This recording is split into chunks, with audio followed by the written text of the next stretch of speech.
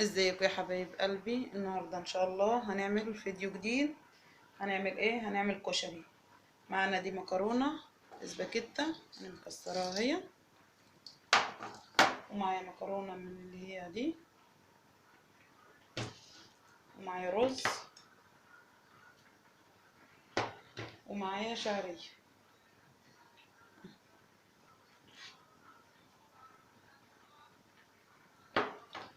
تعالوا يا حبايبي بقى نشوف احنا مولعين على ايه. معايا هنا تخديعه انا حطيتها تتسبك، ومعايا هنا عدس اهو، ومعايا هنا حمص. ده حمص وده عدس. انا بحب اسلق ده لوحده وده لوحده. هتقولي لي اشمعنى ما بتحطوش مع بعضه؟ العدس ما بياخدش سوا، يعني العدس غلوتين وبيكون استوى. الحمص بياخد وقت. النهارده ان شاء الله نعمل الكشري مع بعض، بس انا ولعت على دون، قلت ايه اولع عليه وايه على وارجع لحبايبي نعمل بقى الشعريه مع بعض، الرز مع بعض اسفه، والمكرونه.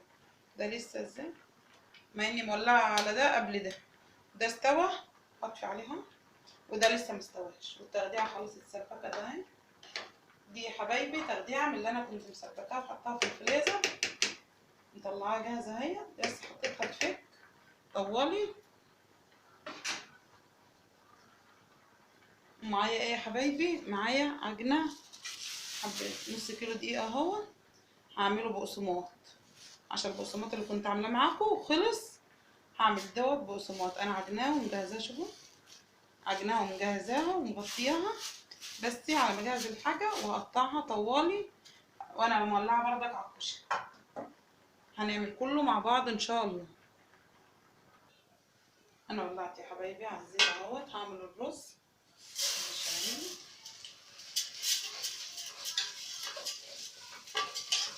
هعمل الرز على العين، وهنا حاطه الميه، دي الميه اهي لسليق المكرونه، والحمص ورا يعني، والتخديعه والعدس جهزوا انا نزلتهم. اعلق على الرز والمكرونه كده يا حبايبي، يبقى كلي الكشري جاهز. يبقى معايا بقى الدقه ومعايا البصل. اعمل بقى شويه اللهم صل على سيدنا محمد. هعمل شويه معلش يا حبايبي انا تايهه شويه. هعمل شويه البقسماط عرفتهم برضك، ابرمهم طوالي واعملهم، وبعدين وانا بسويهم بقى هعمل برضك الحاجه اكمل بقيتها وانا بسوي شويه البقسماط. انا السمسم اهو فضياه ومنقياه ومنضفاه. السمسم ده عندي انا في الفريزر، لما بعوز بطلع.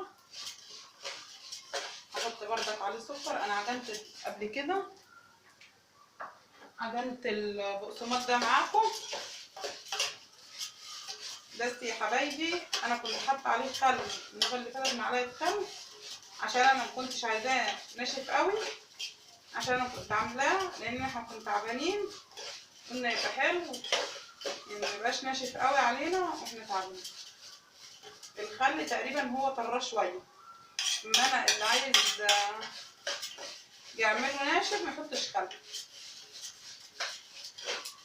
دي برضك حاجه يعني انا شفتها قلت لازم اقولها لحبايبي، عشان اللي عايز يعمله ما يحطش خل ويرجع يقول انا عملت الوصفه بتاعتك ولقيتها البقسماط طري او كده. هو مش طري يعني انه طري، لا كان حلو، ما كانش بيقرمش قوي يوجع السنان زي بتاع المحلات، كان حلو. انا يا حبايبي خلاص عملت الرز اهو، وهرجع لكم تاني. انا حمرت الشعريه ورحت غسلت الرز اهو، هفضيه بقى. بسم الله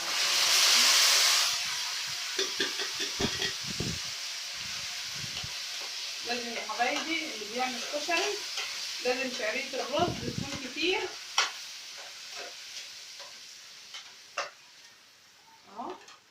بصوا لازم شعرية الرز بتاعت الكشري تكون كتير. نحط المية وارجع لكم تاني. بصوا يا حبايبي انا عملت الرز بقى.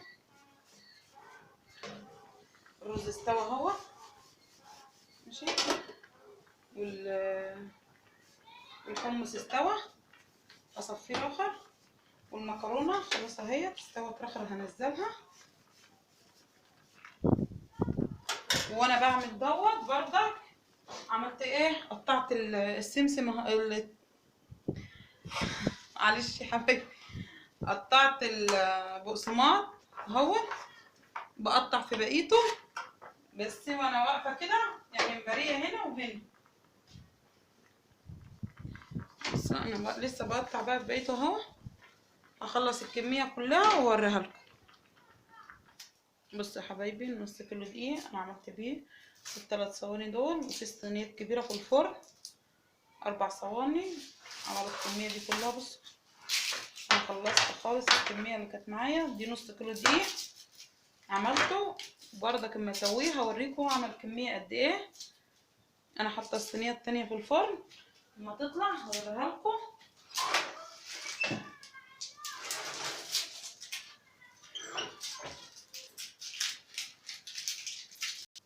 بصوا يا حبايبي الصينيه في الفرن اهي، انا حبيت اوريها لكم وهو بيستوي اهي. بصوا برضك اما تستوي وتطلع هوريها لكم. هو انا لسه حطاها عندي ما تستوي هوريها لكم. بصوا يا حبايبي بقى انا حاطه البصل اهو بيحمر، والتخديع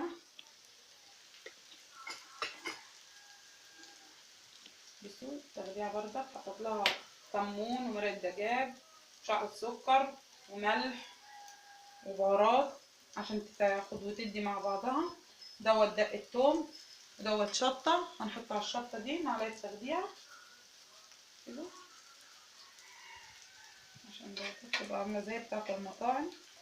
بصوا يا حبايبي اهي كده تبقى عاملة زي بتاعة المطاعم.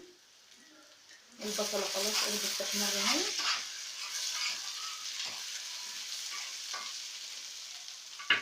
التخديعة انا هي كانت خلاص فكت، بس انا حطيت لها حاجات عشان كده سبتها تاخد وتدي مع بعضها. والتومه اهي.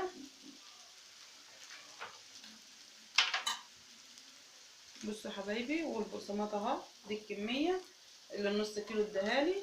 بصوا عامل ازاي، ودول اللي انا عملتهم. بصوا دول اللي عملتهم زي الكعك. البقسماط عامله ازاي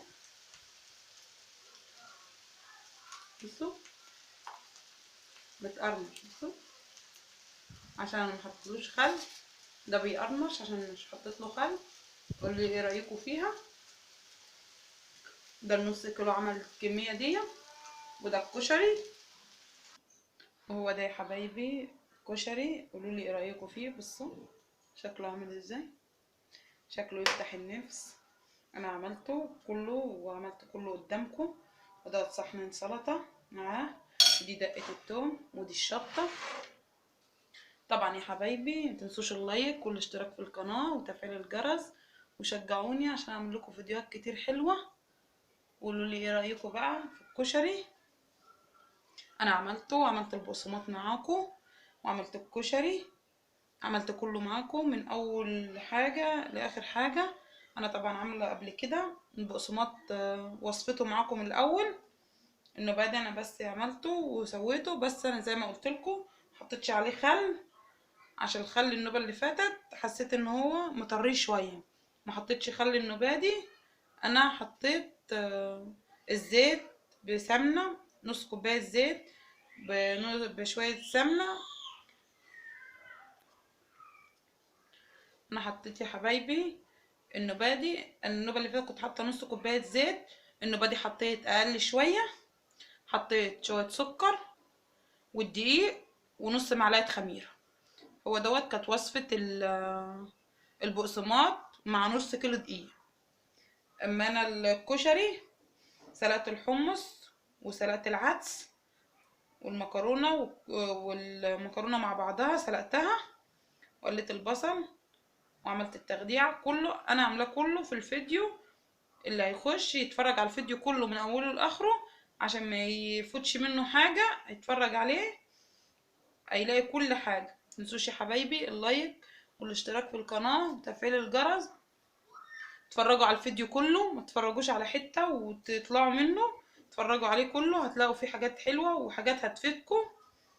يعني هتلاقوا كل وصفة الحاجة من اولها حاجات هتفيدكم فيه. وكده يا حبايبي احنا خلصنا اهو، ده غدانا. قولوا لي بقى ايه رايكم في الكشري وعمايله. انا عملته برضك باسهل طريقه، انا بعمل معاكم كل حاجه باسهل طريقه عشان كل اللي يعمل الحاجه ما تاخدش وقت معاه. انا عاملاها كلها باسهل طريقه معاكم. متنسوش بقى اللايك والاشتراك في القناه وتفعيل الجرس، وشجعوني عشان اعمل لكم فيديوهات حلوه كتير. واشوفكم ان شاء الله في فيديو جديد، ومع السلامه.